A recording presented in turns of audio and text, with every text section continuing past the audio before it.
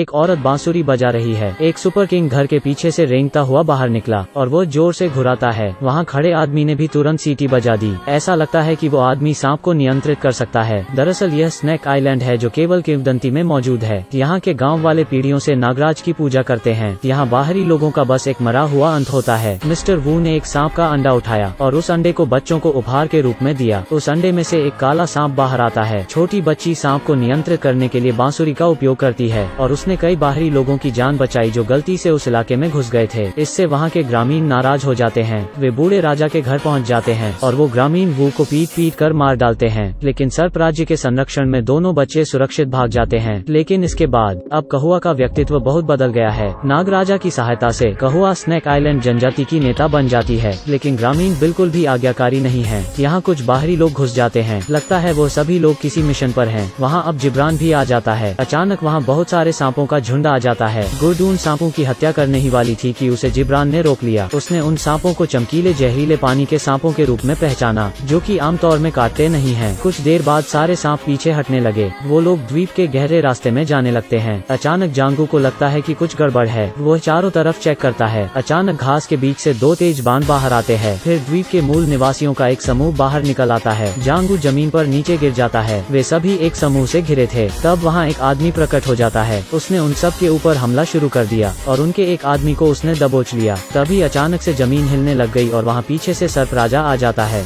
मूल निवासी उस सांप को देखकर भाग जाते हैं। सांप उस आदमी पर हमला कर देता है। जिब्रान और उसके साथी आसपास ही छुपे हुए थे। तभी वो आदमी एक गन लेकर सांप पर गोलियां बरसा देता है और वो सर्प राजा का ध्यान भटका देता है। सारे लोग इस अवसर का फायदा उठाते हैं। तभी जांगू और उसके साथी अपनी जान बचकर भागने लगते हैं। वे सब एकांत में जाते हैं। तभी कहुआ को शक होता है कि वहाँ पर कोई आया था। कहुआ एक नदी में नहा रही होती है। उसकी सुंदरता से मंत्रमुग्ध होकर एक आदमी ने अपनी आंखें चौड़ी कर ली और इसको रिकॉर्ड करने के लिए कैमरा उठाया। लेकिन वो कहती है कि खूबसूरती नाराज नहीं होती। उस सुंदर महिला ने उसे अपनी तरफ प्यार से बुलाया। ये सब देखकर वो आदमी और भी उत्तेजित हो जाता है। वो आदमी जल्दी से कपड़े उतारकर कहुआ के तरफ दौड़ पड़ा। वो कहता है कि न्यूक्लिक एसिड परीक्षण में वो उसकी मदद कर सकता है। लेकिन अचानक उसे दर्द होने लगता है। उसे एक जहरीले सांप ने काट लिया। उसका एक साथी उसकी मदद करने के लिए भाग कर आता है। लेकिन शायद जहर का असर गहरा हो गया है। उसके निरीक्षण के बाद एरी बताती है कि केवल एक सौंफ कमल इस जहर को डिटॉक्सिफाई कर सकता है। वो आगे कहती है कि महल के 8 मकबरों के बगल में केवल एक ही रास्ता है जहाँ तक रस्सियों के सहारे पहुँचा जा सकता है। वो सब लोग अपने टूल्स और गियर एकत्रित करना शुरू करते हैं और अगले दिन की प्रतीक्षा करते हैं। लेकिन बाहर जाते ही एरी को कहुआ ने ब्लॉक कर दिया। वो कहती कि यही लोग उनके पिता की मौत के लिए जिम्मेदार हैं और कोई भी व्यक्ति नेक दिल नहीं है। अगले दिन सभी लोग एरी के बताए गए रास्ते पर चले जाते हैं। वो लोग जांगू को बाहर पहरा देने के लिए छोड़ देते हैं। लेकिन जांगू पर एक मूल निवासी हमला कर देता है। वो रस्सी को काटना शुरू कर देता है। लेकिन उसे एक लोहे के अचानक से आते हुए चाकू ने रोक लिया। तभी उनकी एक साथी को कहुआ ने बंदी बना लिया और उसे सांप को खाना खिलाने की कोशिश में बाहर खंबे से बंधा दिया। तभी वहाँ एरी आ जाती है और एक विशालकाय सांप भी आ जाता है। सभी साथियों की जान इससे खतरे में आ जाती है। वो विशालकाय सांप उनको खाने के लिए आगे बढ़ ही रहा होता है कि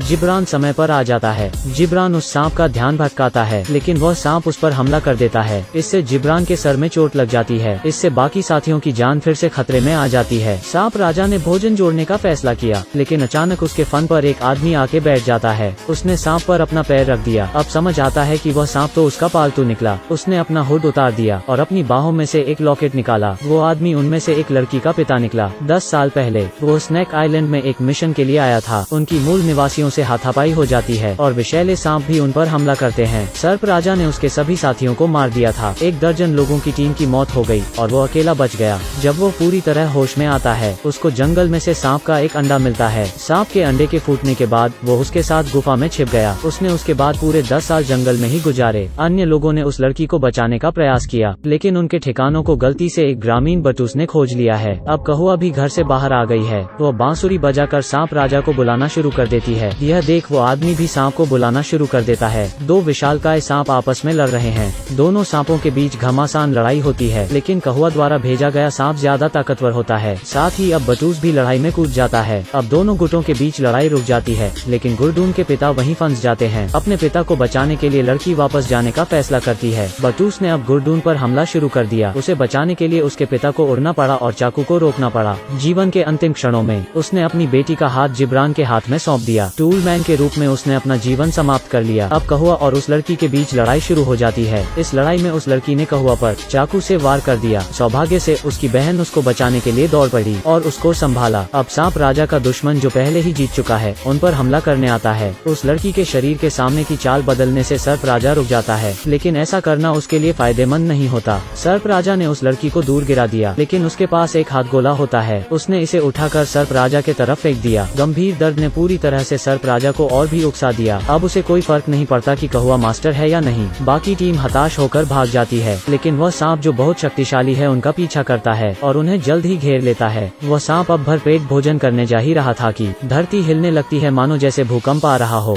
वह सांप जो अभी अभी अजेय था, उसने सीधे अपनी पूंछ घुमाई और रुक गया और अचानक से गिर गया। वहाँ से एक और भयानक और बड़ा सांप बाहर आता है। ऐसा लगता है जैसे वहाँ पर और भी अधिक शक्तिशाली सांप रहते हैं। कहानी यहीं समाप्त होती है। फिल्म का नाम है snake history, cry on snake island. इच्छुक दर्शक स्वयं देखने के लिए मूल फिल्म की खोज कर सकते हैं। साथ ही लाइक और सब्सक्राइब करना ना भूलें।